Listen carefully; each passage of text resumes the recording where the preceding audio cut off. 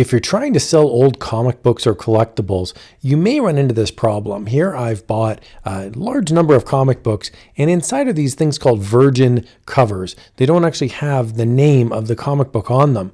And so I need to figure out what this comic book actually is. Well, I'm going to use Google. And Google's got this really cool feature right here. There's this little search by image box located right there on the search bar. This is called Google Lens. I'm going to click on it. And then here I can take a picture with my phone, or I can upload a file. I have my file saved on my hard drive, so I'm going to click Upload File. So here I've uploaded my picture, and we can see the AI overview is pretty accurate. It says it's a rare variant cover of Aliens Dead Orbit #1, and I can double check this by going to mycomicshop.com. So here I am on mycomicshop.com. I'm going to scroll down. I'm going to see there's Aliens Dead Orbit 2017 by Dark Horse, and I'll scroll down. Now the first cover does not look like it. Second cover does not look like it, but oh, look at this. This is actually looking pretty good. So there's an exclusive virgin cover. Now this one is color, and the one that I have is black and white. So I have a Diamond Retailer Summit sketch variant, even more rare. Now I can scroll down as well, and I can see there's different search results that come back that have the same cover. In this case, it's on eBay UK. Here is a Bleeding Cool news article. I'm going to click on that, and we can see this is the Diamond Summit from 2017. And here is the exclusive cover right here. So I've gotten verification through a source, in this case, bleedingcool.com, that this is actually the name of the comic book. So it's a combination of the Google search and also going into my comic shop. But I love using this Google Lens feature. You can actually use it for lots of different things. I'm going to try this one more time. So I'm going to click on this little search by image, and let's check out an action figure. In this case, I bought a lot of action figures, old He-Man action figures, and I've got this one that I think is called Rattler, but I'm not 100% sure. So let's use Google Lens. And this is very interesting. It says variants exist regarding the neck color, with this specific example appearing to have a red neck rather than the alternative yellow. So see how Rattler here has a yellow neck, but mine has a red neck. So this is really useful if you're selling action figures on eBay and you wind up getting a weird variant.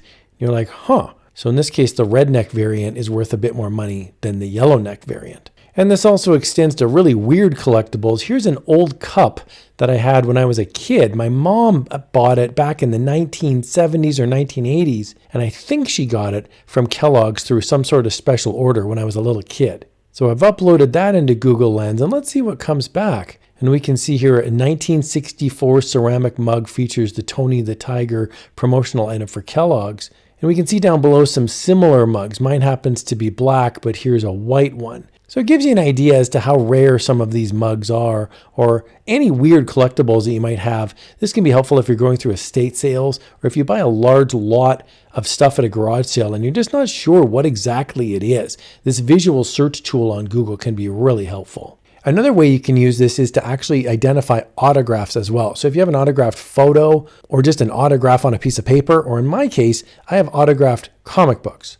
So this is my Walking Dead 100 comic book, and here it's giving me an AI overview. This is a copy of the Walking Dead 100, specifically the previous exclusive black and white variant, and it was issued at the San Diego Comic-Con, and then it features artwork by Charlie Adler, and it says right here, it appears to be signed by creators Robert Kirkman, Charlie Adler, and Cliff Rathburn. So I've got 3 signatures on this book.